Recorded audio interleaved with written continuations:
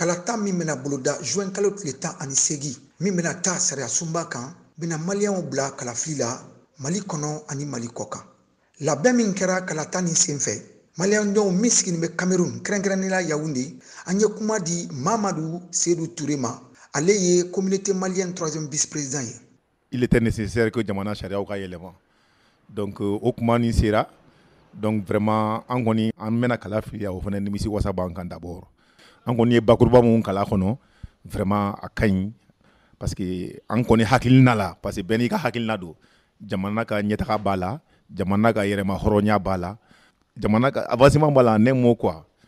Non vraiment an sewalen organisation parce que an yɛrɛ ke bonya d'abord an ni conseil mɔgɔw de bɛ organisation na. An ye communauté ka représentant ye yan.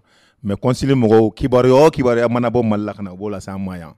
Jamana sigilen bɛ sɛbɛn ani waleya min kan n'o yɛlɛma sera maliyɛndenw bɛɛ kan ka ye kɛnɛ kan.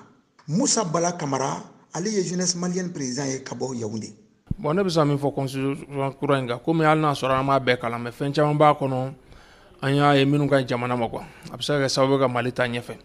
Bon an kɔni bɛ min fɔ autorités ɲɛna kɔni hali ni constitution ni Ala kɛ k'a tɛmɛna bon an dalen b'a la kɔni a bɛna tɛmɛ n'a tɛmɛna k'u jija loi ka appliquer quoi parce que loi kun tɛ a ka sɛbɛn dɔrɔn ye n'a sɛbɛnna f'a ka appliquer o de fana bɛ se ka loi ba don kosɛbɛ quoi.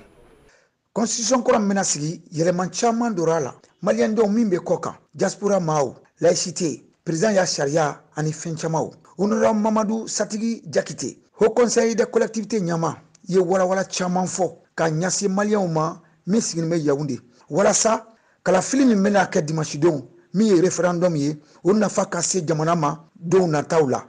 Mais n'i y'a lajɛ constitution révision fɛn kun kɛra u kun ye ɲuman fɛn fɔra bɛ b'a la ka sara fana ka minnu bɛ kɔrɔlen kɔnɔ ni minnu ma prépare latigɛ k'olu prépare latigɛ n b'a daminɛ laïcité ma kɔrɔlen kɔnɔ laïcité bɛ yen mais min bɛ nin kɔnɔ o y'a prépare latigɛ ka détail da ka bɛɛ ni lawasa kuma fɔ a la o ye kelen ye ni avantage gɛrɛ min bɛ nin na ala ka da maliyɛn de diaspora ma maliyɛn diaspora maliyɛn minnu bɛ tugan kɔfɛ u donna Mali institution bɛɛ la u donna conseil économique social et culturel la u donna sénat la u donna assemblée la donc déjà désormais olu kɔni da bɛ Mali kuma bɛɛ fo ka sariyaw ta donc k'a fɔ ni sariya kɛra anw kan ni ma kɛ anw kan ni yɛrɛ da b'a rɔ i fɛla fɔ.